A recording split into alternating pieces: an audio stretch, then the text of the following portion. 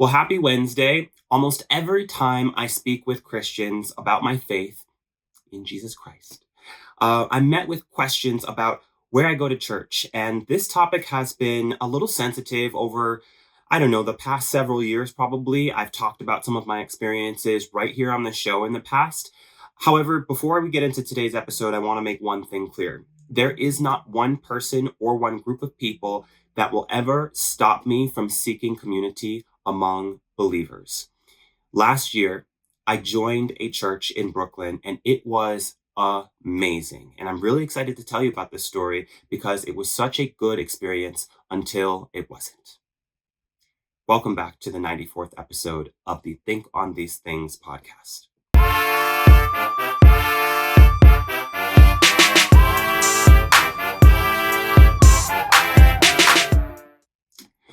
Well, I woke up this morning and I wrote an essay. So get excited for that. In fact, let me get myself together and pull up my notes. Yesterday did not go as planned. I was sick. I was sneezing and coughing and sniffling. Went to bed with the assist of NyQuil, 2 o'clock in the morning, put myself down because I needed to. And I slept in until 10 a.m. and got up and got to it and had a really long day. I think I went to bed around 3 this morning. Around 2:30. Got myself some sleep and got right back up. And like I said, sat down and wrote this essay. And I really, really, really am excited to tell you the story that I have written down today. Before we get into that, though, as we always do, we're going to start this episode with an affirmation from the Book of Positive Affirmations. If you have the book, go ahead and grab it. If you don't, go ahead and get it from www.madeupmind.org. The Book of Positive Affirmations. Today we're going to chapter 3, day 4. No, that can't be right. We're going to day 10. Got to get those numbers right. I think it's because today is the 94th episode. I wrote that down earlier. The affirmation for today is as follows. In every season of life, I am grateful. In every season of life, I am grateful. In every season of life, I am grateful. Take a moment if you need. Pause right there. Write down what that affirmation is speaking to you, what it is prompting in your mind, in your spirit. I think it is a really important one to unwrap for each individual person. And I think today's story is also going to tell you why. As I'm reading through this absolute essay that I wrote, it's 6 pages long. I'm actually, right before I get into it, I'm remembering I was on the train on Monday night and I saw this man sitting across from me and he was kind of chill, like he had some sunglasses on. I don't even know how to describe the look he had, but it kind of looks like it maybe was from like punk rock from the early 2000s. He was like heavier set, but he had all these colors on. It was really a beautiful, like kind of time stamp. That's what I want to say. Like looked like a period outfit. Anyway, he was sitting there, had a big bag. I had no idea what was in this bag. It was like rectangular shaped. And there was a woman who got on shortly after him and sat. There's like a big bench, but there was like enough space between the two of them for another person to sit there, but there was nobody else on the bench with them. And I saw them, I observed them for a couple of minutes, here and there, as you observe people in your immediate vicinity when you're traveling. And no one said anything. But then I noticed that the two of them, they started talking. And very quickly into their conversation, he started pulling out a bunch of books and they started really engaging in deep conversation. And it just reminded me of how beautiful the world of literature is and can be, and how important it is that we continue to buy books and that we continue to read books and that we continue to share books. And I just wanted to make that note because I wrote down a note to myself that was just a strong reminder, no matter what you do, just keep reading, never stop reading. I think it's so important. It gets lost in the sauce. Don't wake up and give your whole day to your social media accounts. Don't allow AI to read everything to you and you don't even know what the word superfluous means, or why people pronounce it superfluous and not superfluous, or superfluous and not superfluous, right? Read. Even if you never read anything other than escapist nonsense or fiction and political poetry, make sure you never give up on reading. That's just a quick PSA. Wasn't prepared to say anything on that today, but it nagged on my brain as I sat down just now to do this episode, and I'm opening up my essay that I wrote this morning about my experience last year and how it ties into the affirmation that we read today from chapter 3, not chapter 9, chapter 3, day 10. All right. So today I thought about this experience that I had last year, and I was trying to figure out where to start. And obviously, the best place to start is from the beginning. Don't worry, it's not that long. I mean, this only happened last summer. That was 6 months ago. So come on and travel with me back to the first Sunday of June 2025. The weather was mild, minimal, summer breeze. I think that's not the summer, that's late spring. So late spring is when I actually went to this church for the first time. I was wearing a beige blazer, black bodysuit. I think I had on a silver choker and some dark brown wide leg pants. Jeans, but on the pants side. Anyway, those details are just helpful to sort of imagine the space I was in, right? I was going to church in Brooklyn. This is the first time I went to this church, and it was also the first time I had gone to church in person in a while. I had just been attending church online because I wanted to get the sermon and write down notes and stay in touch with, just kind of that reset every single week. Sunday being the last day of the week, it's usually a great space to reset and recharge, unless I have messed up my days of the week, but that's a conversation for a different day. All I know is this Sunday in June, God called me to this church. I got up at 6 a.m. He said, "This is where you're going." I put it in my maps. I went, and I would say the rest is history. The rest is his story. His story as in me. I'm him. Let's go. When I arrived, I sat down in the front, sang along with the worship team, kept notes during the sermon. It was a brief sermon. It was very professional leaning. Um, there's sort of a repressed emotive appeal to this man's approach to preaching. I did actually miss some of the sermon points in his message while I was taking notes. I asked him after service. He couldn't really remember what he said either. So, oh well, I only went home with 2 out of 3 bullet points, but that's okay. It was all in good spirit. I wonder if I actually went back and watched the sermon again. I'm not really sure. Anyway, very quickly, he tried to assess where I could serve in the ministry of his church when we were talking. Exchange names. Hi, I am so and so. Hi, I am so and so. Who are you? What do you do? What are you gifted in? Where can you serve in the church? This is like 2 minutes after we said our names and hello after service. She's very quickly just like, I sense this is a good opportunity. Let's get you grafted in. Let's see where you're a good fit. I told him that God sent me to the church for a reason. I talked with him about my gifts. I said, this is what I'm looking for in church community. This is what I'm able to bring to the table, basically. Within a short few weeks, I became a regular attendee and started volunteering from their office up to 3 days out of the week. I learned about the history of the church. I learned about the operations of the church, the finances, the membership, the theology of the church. I eventually began building resources for an after-school program that they were preparing to launch in the fall. This is something that I was really passionate about. I'm really passionate about education. I want to make sure that when my kids start going to school, that they have really good quality options and that they're not surrounded by idiots. I want the world to be a safe place for intelligence to be honored and developed genuinely. We have too many cities, too many states in this nation that kids don't even know how to read.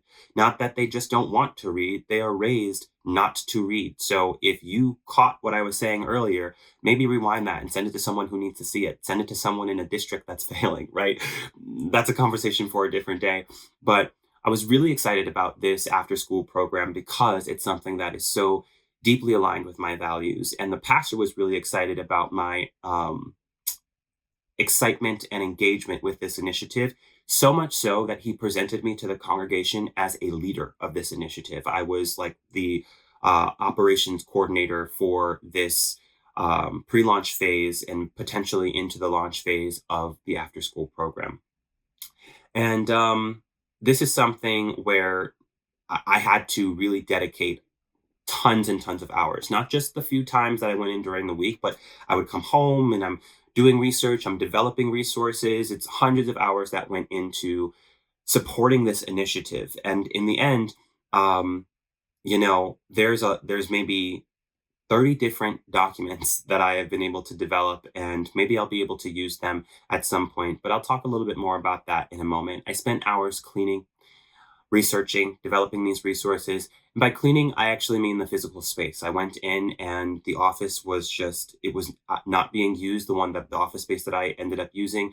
So I cleaned that space. I should have run a whole TikTok before and after, right? So you can see how much gook was in there, how much dirt and grime was in there. But it was time to get to work. It was time to help build something that would improve the outcomes of learning for children in our community. I wanted to be a part of that. And so I did what it took. I also didn't want to, you know, be susceptible to biohazards in the process while I'm like working out of this office. So I cleaned up the office, sat down at the desk, and got to work.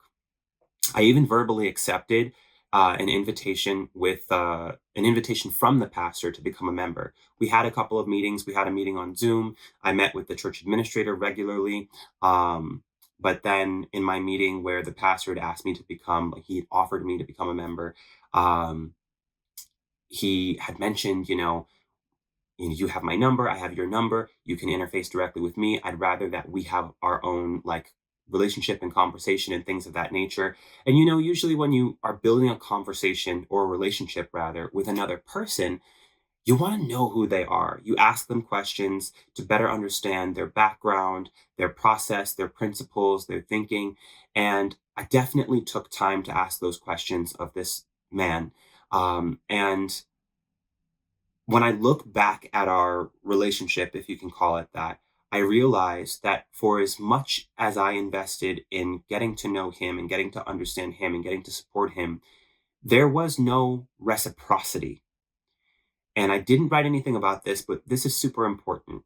When you're building a relationship with people, whether you're the leader or you're the follower or you're somewhere in between and you kind of switch between because a leader is not a follower and a good follower is not a leader, right? When you're in a relationship, it's a two-way street. There needs to be reciprocity. And I realized when I looked back at our time together that there was no reciprocity. And maybe that played a huge part in this debacle that I am unraveling for you right now.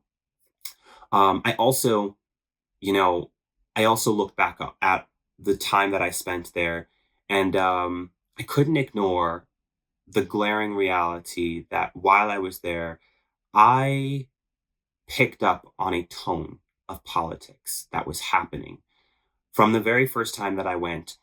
I didn't really make a huge deal of it in the very beginning, but I remember maybe the second or third Sunday that I went there, there was a message that was preached, and I texted my wife, and it was like, this is really politically charged. It is like very specifically about something that's happening in politics and not necessarily about something that's happening in real life, not something that's necessarily happening in our community, in the actual congregation that's sitting in these pews. I was a little concerned about that, but I do want to also clarify that when God tells me to do something, I do it. I don't have an endless list of questions about why, when, where. He's usually pretty clear, pretty straightforward, pretty upfront about what he wants you to do, when he wants you to do it. And if he hasn't told you how, if he hasn't given you the tools, then maybe you just need to wait. You can ask him, hey, help me do what it is that you've asked me to do. But slow obedience is disobedience. Non obedience is not an option. I don't play around with that. If he told me to do something, that's what I'm going to do. Right. And so I may have been concerned about this creep of political preaching that I was noticing over week. And I just actually talked on Monday about being adherent to principle over politics. But again, if God told me to be there, there's a reason. I don't need to understand it. There's no prerequisite of understanding before you obey, right? So if he told me to do something, my responsibility is just to do it. And when I joined, we were just about to enter summer because I realized it was the spring, right? By the time I got ingrained in this operation where we're getting ready to launch the after school program, we were at a 12-week kind of on ramp period before we launched the after school program in September. And there was a lot to do. I sat in on meetings where we were strategizing on how to get volunteers. One of the gentlemen who was in one of the meetings, he offered to bring in people from a political campaign, but it seemed almost like a mutual back rubbing was required. Like, if we bring you volunteers, we bring you members, you got to bring us the votes, you got to support our political campaign. You got to be really careful when you are doing stuff like that. That is the opposite of placing principle over politics. That is literally placing politics not just before principle, but before God, before ministry, the actual work of building the kingdom of God. If you're focused on building a political career or a political platform, go into politics, go and do that, right? But this man, while he was a big part of the meeting, he wasn't in all of the meetings and he wasn't building any of the resources. And I don't think he actually ended up bringing any volunteers. I could be wrong, but I'm not there. So obviously, I can't tell you exactly how that's going so far. But I did make sure that after this meeting took place, I had a conversation directly with the pastor and just said, hey, you know what? I love what we're doing here in terms of putting together this initiative. I'm obviously really aligned with the values of improving education outcomes and learning outcomes for the children that are going to school in our community. I do want to make sure that we are not building a political space that alienates people for having a difference of opinion or a different set of ideas. I want to make sure that we're focusing on principle over politics. He had that conversation with me. He said, yes, I appreciate you, brother. I appreciate you for bringing this to my attention. This is a really well measured take on what happened today. And we're not going to allow this political campaign to override what it is that we're working toward here. We're not beholden to blah, blah, blah, blah, blah, blah. You know how the speech goes, right? So I just let him know that I appreciate the opportunity to be a part of something for the community, but I cannot in good faith support something that alienates people based on their political views. I'm not coming to church for a political rally. I'm here to serve the kingdom of God. Still, because there was no new directive from God himself, he didn't say stop going, he didn't say pause, he didn't say pull out. I kept going to the church. I kept attending and I kept serving. Fast forward a few weeks, and we're now in the middle of August. I get a call from the church administrator right before I'm getting ready to leave and go to the church office on, I think it's a Tuesday. And the church administrator says, hey, don't come in. Pastor doesn't want you in the office anymore. You can come to Sunday service though, but we won't be needing you outside of that. Click. She didn't hang up on me, but that was the end of the call, right? I said, okay, thanks for the heads up.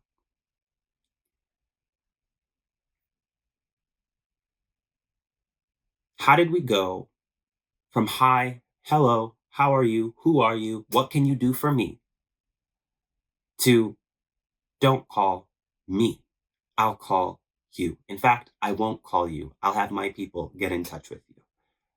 How did we go? Why did we go from, hey, I want to make sure that you and I have a direct line of communication, to I want to make sure you can't get in touch with me, and I want to make sure you're nowhere near anything I'm doing, except when you're here on Sundays to sit in the pews and give us your money? How did we go so far from where we were to where we are? I don't know. It confounds me to look back on the situation and see how quickly we went from working together to not working at all. They went forward, they started the after school program, they found whoever they needed to volunteer there, and, pretended like nothing ever happened, like I never existed. I thought that was really interesting. I founded Self Exploration Academy on the belief that understanding yourself is one of the most important skills you can develop. And it's one that too many people were never taught. At Self Exploration Academy, we create accessible literacy and competency resources that help people slow down, think clearly, and grow with intention. From the academic blog and the academic glossary to free and low-cost resources, everything we create is designed to help make knowledge easier to understand and easier to use in real life. Our work centers on 3 core questions. Who am I? How do I show up in the world? What do I want and why? Whether you're a student, a lifelong learner, someone who's navigating a change, Self Exploration Academy offers practical tools for self-reflection, vocabulary growth, and purposeful living, all without the financial barriers that so often stand in the way. Because clarity shouldn't be exclusive. Understanding yourself and nurturing personal growth shouldn't be confusing. Explore yourself. Expand your world. Visit www.selfexploration.academy today. Anyway,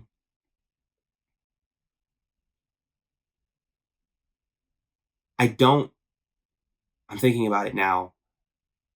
I just don't understand how you go from telling a person that they're a godsend, telling your congregation that they're a godsend, and they're an important part of this church, an important part of this ministry, and this particular initiative, especially as a leader,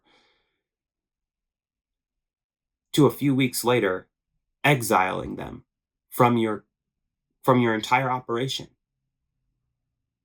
It's not right. It's not fair. It's not just. It's not truthful. And I thought for a moment that I was going to follow up and send an email or send something or whatnot. Maybe another time I'll tell you why I chose not to do that. But I decided not to do that. And I wasn't expecting to tell my story maybe so soon. I figured maybe in a couple of years I'll sit down and talk about this with someone, or maybe share it and then figure out how I'm going to share it on the show. I did want to make sure I shared it here because it's an important story to tell, right? We go through the what ifs of life. We go through the unknown. And the whole point of the show is how to navigate the what ifs of life with clarity and confidence. And so even though I was taken by surprise, just like that, this gentleman switched his position on the matter on the flip of a dime, I still maintained resolve and still continued to perform and behave the same way that I had in the past. I think it's really interesting. I wrote down a note here that the title of this pastor's first message was Stop Looking at Who's Visible and Start Valuing Who's Vital. And it's kind of ironic because he made me super visible and was like, here's Kairu. He actually asked me if we wanted to make a spectacle out of me becoming a member. And I said, no, that's not a big deal. I'm happy to become a member. You don't even have a system for making a member. So I'm happy to just say yes. And I became a member through a verbal acceptance of a verbal offer on a virtual call with him and his wife. And that's it. And we prayed and that was it. So I find it ironic that we did all this hard work, hundreds of hours of work in the background. And then you put me out there as being visible. And so now you're sort of justified to make an example of me. How insane is that? We've got the veneer of principle obfuscating the reality of a dark politic or a dark political campaign. Nothing about that is okay. Nothing about that sits right with me or in the spirit of anyone who is pursuing right standing with God. The leader of this church, he appears to be sponsored in part, at least, by the Democratic Socialists of America. And that's not to say anything bad about that group of people. I don't know the core tenets of their beliefs or anything like that. But I did notice that they seem to be a consistent part of the church's operations and production. This may be where his political affiliation lies, but again, our politics should never come before our principles. Our principles should come from the Word of God. It should be a very clear line. God, principles, then politics, right? Never the other way around.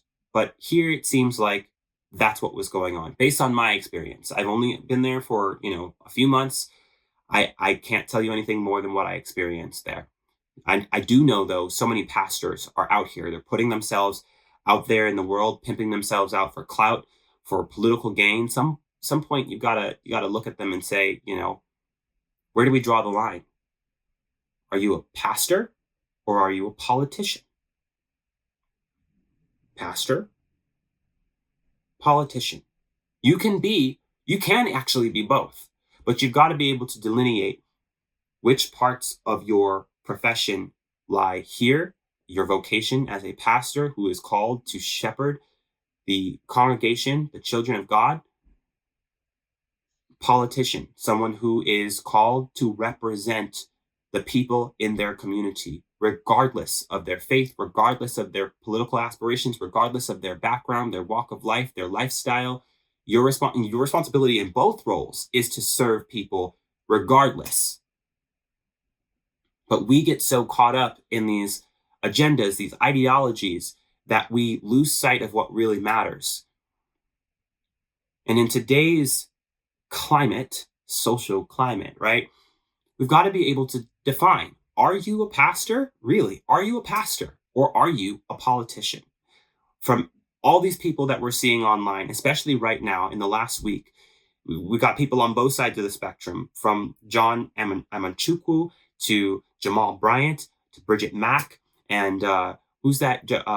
Sarah Jakes Roberts. You've got to be able to understand that some preachers are still preaching the unadulterated gospel of Jesus Christ, but some people are out here pimps and hoes, right? Prostituting the gospel for political points and pulling their brothers and sisters down on the internet, no less, for nothing more than personal gain. I'm not going to give you the name of this person. I'm not going to give you the name of their ministry. It's not impossible to find, but it's not important. What's important is that we understand the principles that are being betrayed here or portrayed here even. It doesn't mean that this man is unprincipled. It means that our principles are at odds. I believe you can't minister to a person that you don't have a relationship with.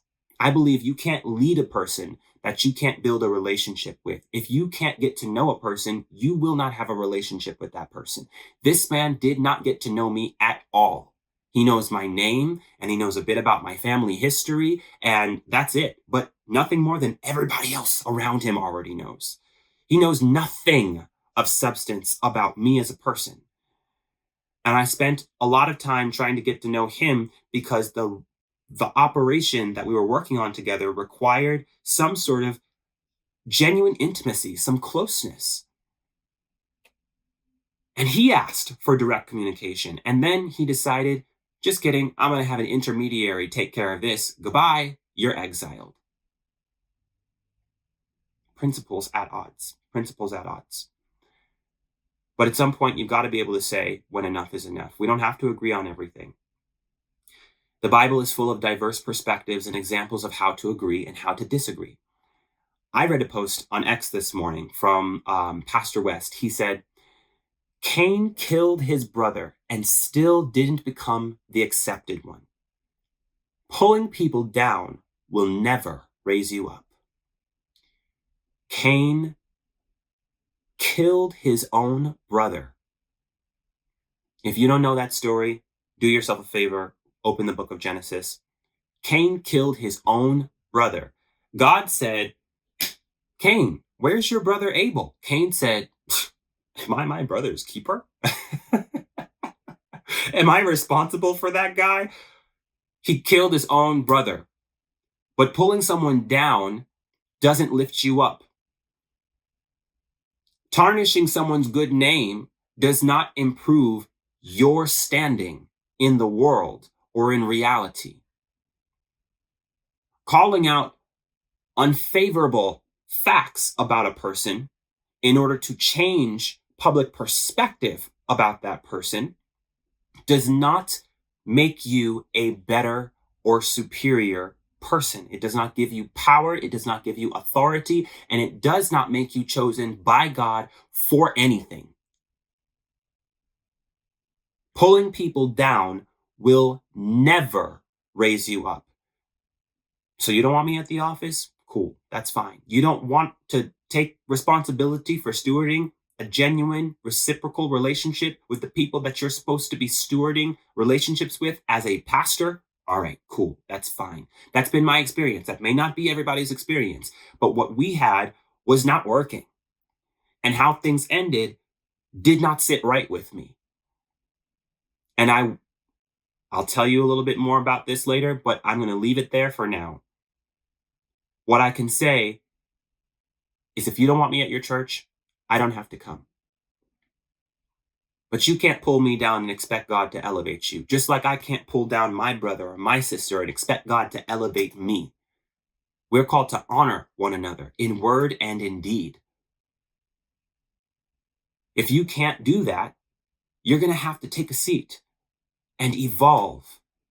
The idea of, we just talked about this on Monday, ideas needing to be workshopped if they are inferior. The idea of pulling someone down to lift yourself up is inferior. There's a popular quote from a school yearbook that floats around and goes viral every now and again that some kid said, "It's not enough for me to succeed. Others need to fail." I'm paraphrasing. It's not a verbatim quote. But he said, "It's not enough for me to do well.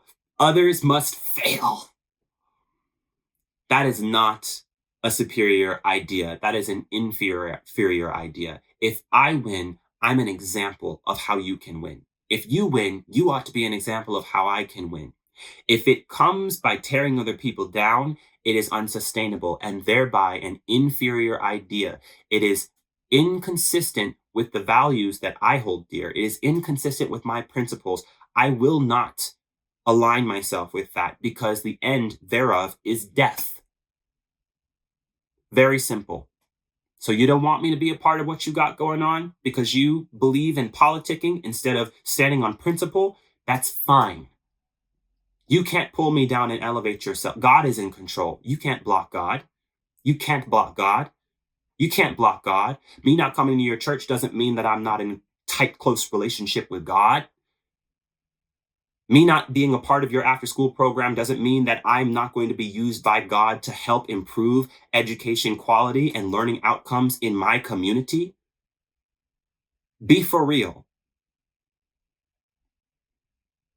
Anyway, got a little worked up there. This is really supposed to wrap up in gratitude. And to be honest, as worked up as it gets me, because it's the truth, I really will not sit down and cower in the presence of cowardice. And I can be grateful for that. If I look back over my life, I can see how self-advocacy has played a significant role in getting me from where I was to where I am.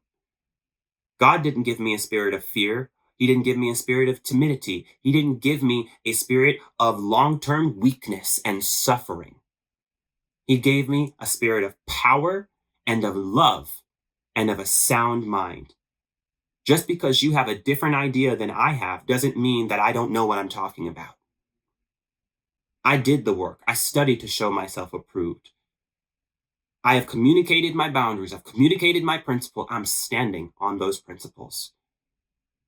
And if it doesn't work for us to be together, so be it. The world is big enough.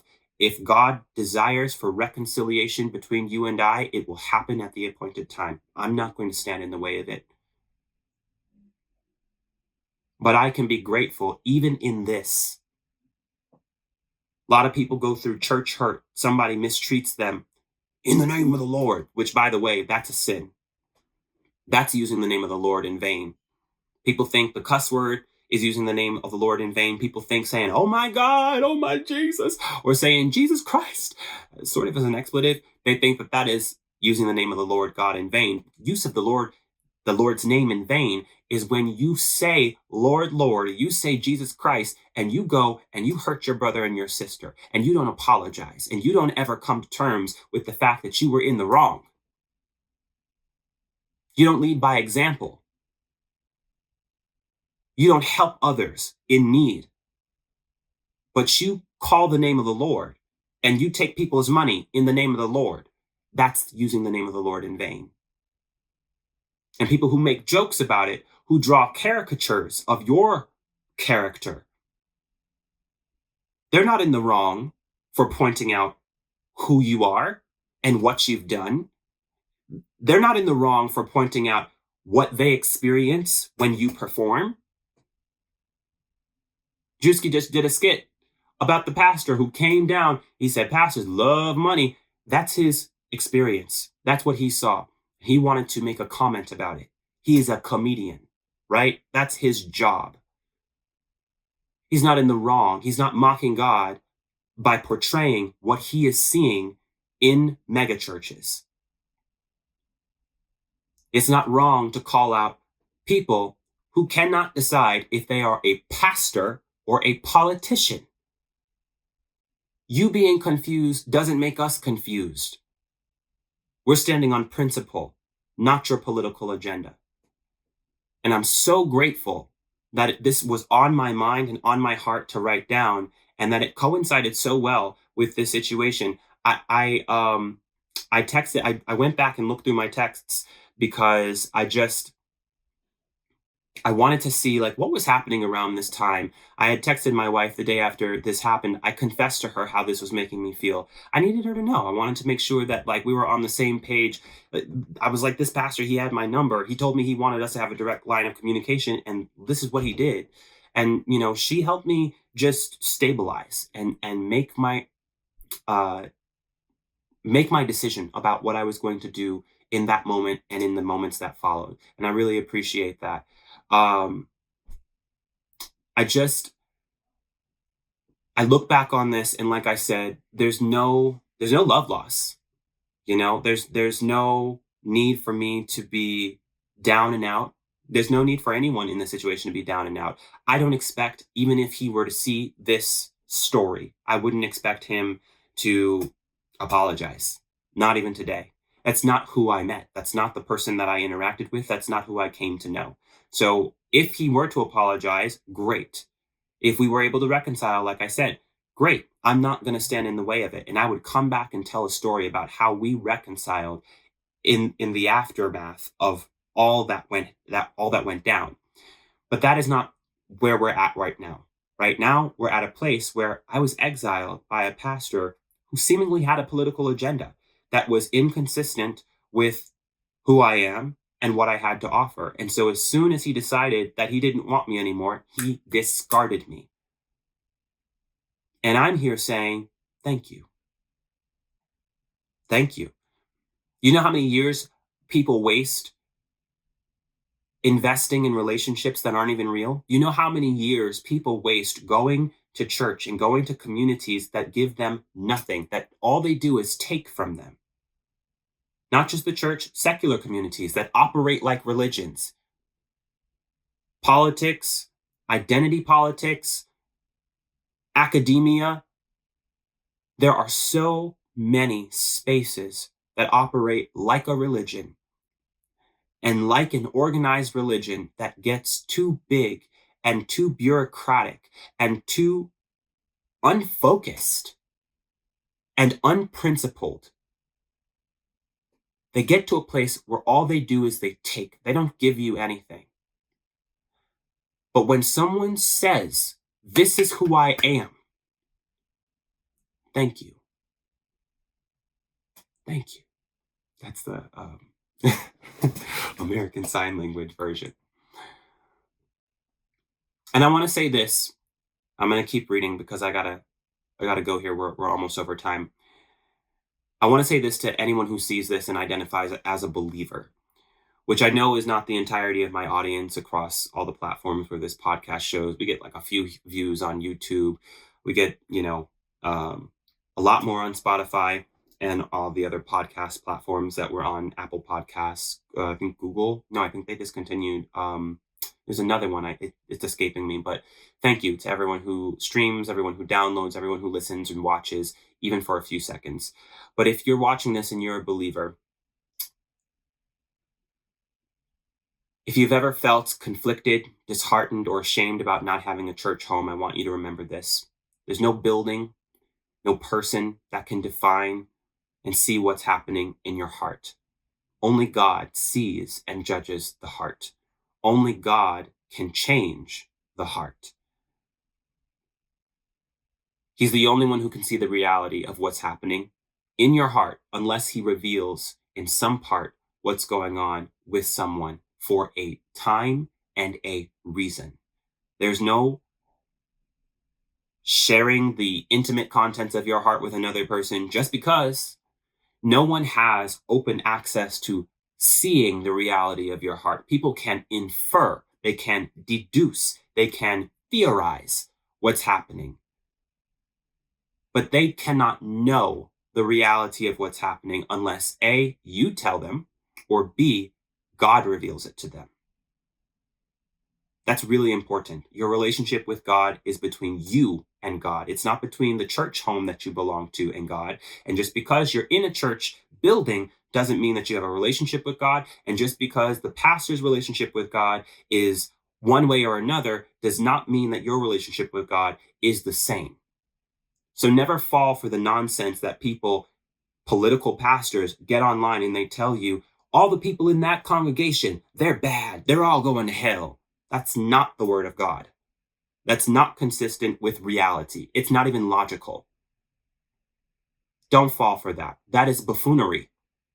It is a political agenda, and it is designed to tear people down. And God will not raise people up who behave in that fashion.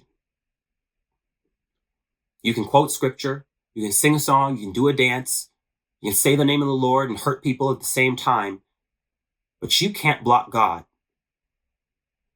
That message is for the political pastors. That message is for really anyone. You can do whatever you want, but you cannot block God. You can stop a person from joining your community. You can stop them from being a part of your church, a part of your ministry, a part of your agenda. But you cannot block God. You can turn people away with the stench of your spirit, but you cannot block God. And for that, I'm grateful, because if it were possible to block God when I was a child, and a person told me, I'm sitting your ministry down, I'm going to silence you. I was a child. That didn't stop me. That didn't stop my relationship with God. That didn't stop or pause my ministry. You can't block God. Fast forward, I told you this story, people speculating about who I am behind closed doors. And on that speculation, saying, you can't sit with us, you can't serve with us, you can go back to the shadows, but you can't be seen anymore. You can't block God. And to this man from last year, you can exile me from your building, but you can't exile me from the presence of God. You can't exile me from community with the body of believers. I can come back to your church whenever I want and commune with the body of believers, because you cannot block God. And again, for that, I'm grateful. And not a sarcastic thanks, not a maniacal plotting type of, I'm going to use this gratitude and shit. There's no dark energy here. This is genuine gratitude, not just lip service, not thanks with my lips. We got to get out of the habit of just thinking that thanks is just supposed to be things that are like all plush and rosy and flowery, right? I actually looked up, this is the etymology of the word thanks. I say this word so many times every single day. Thank you. I express gratitude so much. I'm going to explain why it's really important to express it with your life in just a moment. The word thanks, I'm reading from the academic glossary. The word thanks has a fascinating history that takes us back to the very roots of the English language. At its core, thanks comes from an old Germanic idea that links thought with gratitude. Imagine someone doing something nice for you. You think about their kindness, and that positive thought then turns into a feeling of gratitude. This is where the word comes from. The earliest known form of the word in Old English before 1150 AD was pronounced something like thank, thunk, thunk. I don't know. It's THAWNK is like the pronunciation. Thank. Thank you. Interestingly, at this time, thank meant both thought and gratitude. So when someone expressed thank, they were essentially saying, I have good thoughts about what you've done for me. Thank you. I have good thoughts about what you've done for me, which then evolved into expressing thanks. I'm going to stop reading there. You can read the rest on the academic glossary yourself, but I want to go back. I have good thoughts about what you've done for me. Like I just said, we get caught up in this loop of only expressing thanks when the person has done something nice for us, which that comes directly from the etymology. That's the history of the term. But gratitude is not complete in your life when it's just about things that make you feel good, that you prefer. Gratitude is about things that develop confidence and clarity and resolve and understanding in your life. People who mistreated you they didn't just do you a complete disservice just because they mistreated you. It wasn't right for them to treat you that way. But not everyone who mistreats you is not helping you, right? Have you ever thought about this? Sometimes when people do things that are inconsistent with what you would like for them to have done or inconsistent with really what they should have done, it serves as a lesson that maybe you needed to learn. I have always said this on the show. Life will continue to represent a lesson until we decide to learn it. And sometimes the lesson gets harder and harder or louder and louder. And we just have to accept that this is a strength building exercise. It's not designed to take you out. It's not designed to kill you. The reality of the matter is no one who tries to pull you down is going to elevate themselves in God. It will not last. If they are trying to take a position that belongs to you, it does not belong to them. It still belongs to you. You have an opportunity, or you will have an opportunity to rise up, but you have to have the know-how. Attacks are going to come from every angle. Attacks are going to come from every side, every person, even good meaning or good intention, goodwill people who mean well are going to mistreat you at one point or another, whether they want to or not. It's a part of life. It happens. It's a strength building exercise. So when the strength building exercise comes, your response ought to be, thank you. You don't have to go back and thank that person ceremoniously. You can thank God. And you can thank yourself for choosing to learn the lesson, right? So I just wanted to call that out. When you say thanks, you're really saying, I have good thoughts about what you've done for me. And I don't think that should stop there. I don't think it should stop with lip service. It's not going to stop with me just doing an episode and saying, all right, we told that story. What's next? I want to actually do something that expresses thanks with the way I live.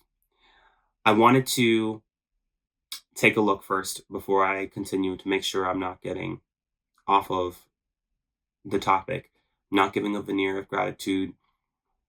I'm not giving a veneer of gratitude, not for this man who thought he could play in my face and put me down and out. I'm genuinely grateful. I'm not just saying that with my lips, I'm saying it with my life. I'm grateful in every season and in every situation. I may not always understand it. I may not always like it, but I believe all things work together for the good of those who love God and are called according to his purpose. So my gifts don't stop because the project stopped or the project ended, or because I was exiled and the project continued without me. That doesn't negate the gifts that God gave me. I want to put them to use. I know how to bring people together. I know how to support others. I believe it so much that you can't block God. There are people who have experienced things just like me. They've been ostracized. They've been mistreated. They've been hurt by people who were supposed to be leaders, who were supposed to be caretakers, mentors, examples for them. I can help them see that where they failed, where those people failed, is not necessarily where your story ends. If you're one of those people who are like me, who've been mistreated, where the people who were supposed to do you right did you wrong, you can still get up, carry on, grow, evolve, learn, accomplish things that they said you couldn't accomplish, that they tried to stop you from accomplishing. That doesn't have to be the end of your story. You can do something on the back end of that because you can't block God. I believe that so much. I'm starting an online community. In the coming days, you're going to see this. For those who've been rejected or presented with a veneer principle that masks a dark reality of politics, I want you to know that even if you've experienced some form of church hurt or community hurt that caused you to run away from your faith in God, there is still room for you to return. There's still space for you to return to faith without being a victim. You can survive. You already have survived. You don't have to be a victim. You can just survive. And in fact, you don't have to just survive. You can thrive. This is another thing that I've said throughout this podcast. Humans are designed to thrive in the context of interpersonal relationships. We have to be together. Not just we get to be together, but we have to. Being isolated socially leads to an early grave. Being social with the wrong people, being constantly at odds with people, never finding people you can agree with, never finding people you can learn and grow with, that leads to an early grave. It leads to disease in your body and it leads to death. So it's imperative that we find community. And there are a lot of people who thought they had it when they were growing up, but things just weren't adding up and they were really pushed out of a space where they felt they were supposed to be and belong. So if that's you, or if you've experienced something like that, or you know someone who's experienced something like that, keep an eye out. In the next few days, I'm going to be publishing some updates on X, formerly Twitter. You can follow me at Highaskai, that's Highaski, for those updates. It's a small account, but you gotta start somewhere. Actually, my Uncle Will used to say, you can only start from where you are. You can only start from where you are. So I'm going to start from where I'm at. I'm going to start this community because you can't block God and you can't stop us from being great. In every season of life, I am grateful. I hope you will be as well. Love you. See you soon. Peace.